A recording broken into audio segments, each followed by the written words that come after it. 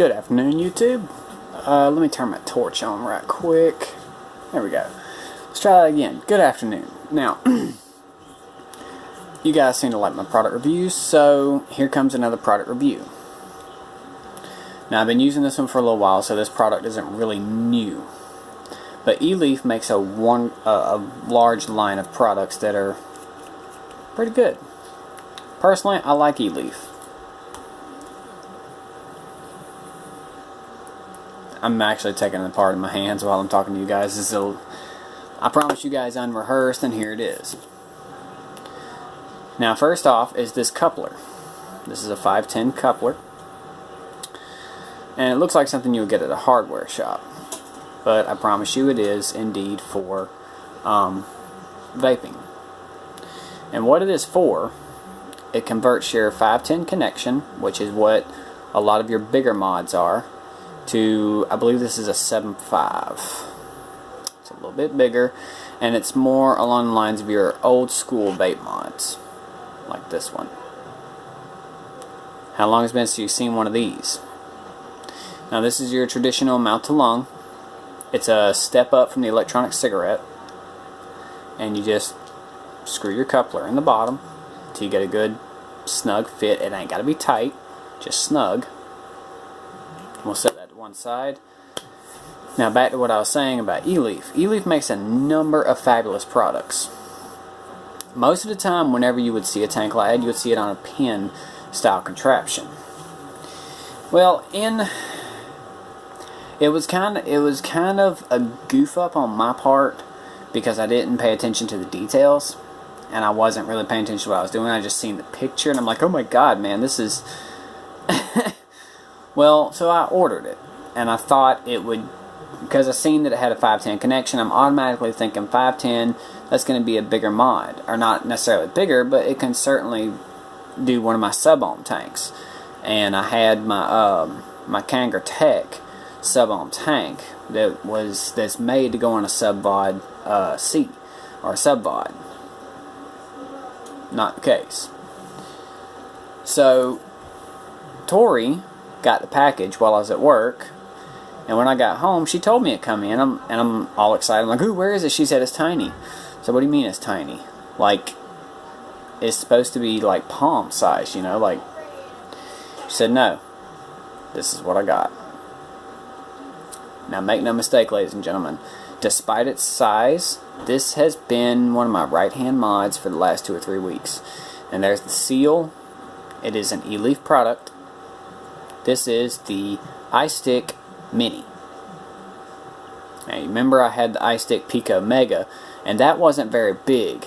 But this takes the cake. Now, the iStick Pico Mega took an 18650 battery, or 18650, however you want to say it. This has its battery built in. This is a battery, basically. But it's pretty straightforward, pretty simple. You have up and down to control your output. It's a variable voltage. And your fire button. And you see it lights up and everything. It has a display on top of it. I just recently charged it, so it's at 100%. And using your buttons, you can adjust the voltage. It goes from 3.3 and it goes all the way to 5.0. It's fine. I love you. Hi guys. Totally Tori, ladies and gentlemen. She and I will probably be shooting an update video later on. But I figured while I have the time and it's on my mind, why not go ahead and get this out there. This is a Eleaf iStick Mini. It is completely built in. It takes the USB port to charge it, like most of them. There's no conforming necessary. You don't have to put a battery in it. You just put the tank on it and go with it. And it has a 510 connection, which is where the coupler comes in. You take your coupler, and it doesn't really matter what order you do it.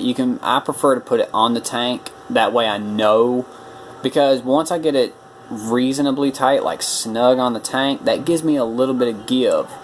So that once I start putting it together, and I start winding this piece down in there, see, the tank will turn before that does. That keeps me from blowing out the seal. But like I say, me personally, I prefer to keep it around 4.0. I don't know how well you guys can see that. But you push the fire button, it's got a 10-second cutoff, just like most of them.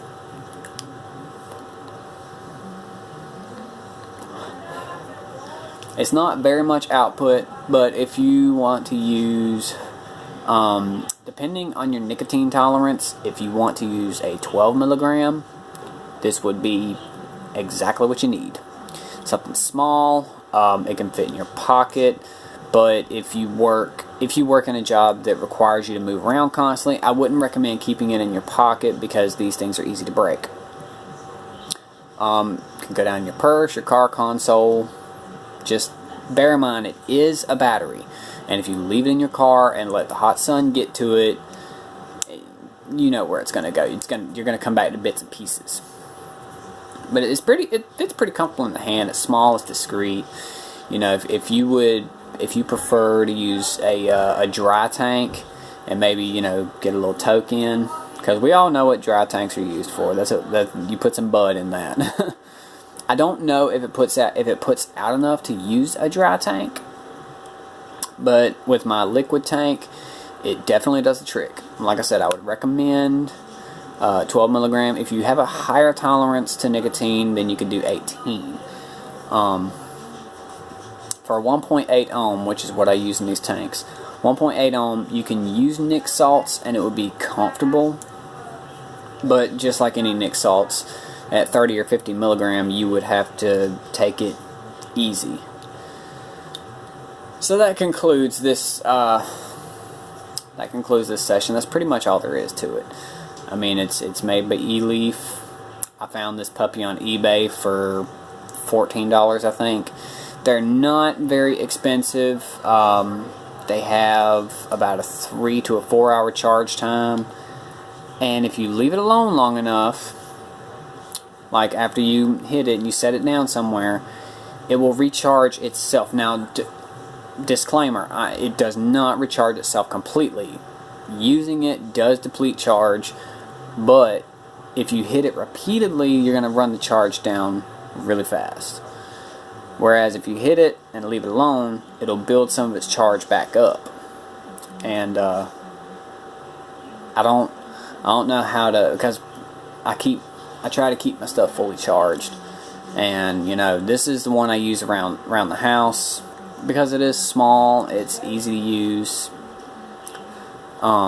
It's not quite as flashy as some of my bigger ones, but like I said, for 12 milligram, 18 milligram, right now I've got 50. I've got nic salts in there right now, which, like I said, at 1.8 ohm, it's pretty comfortable to use.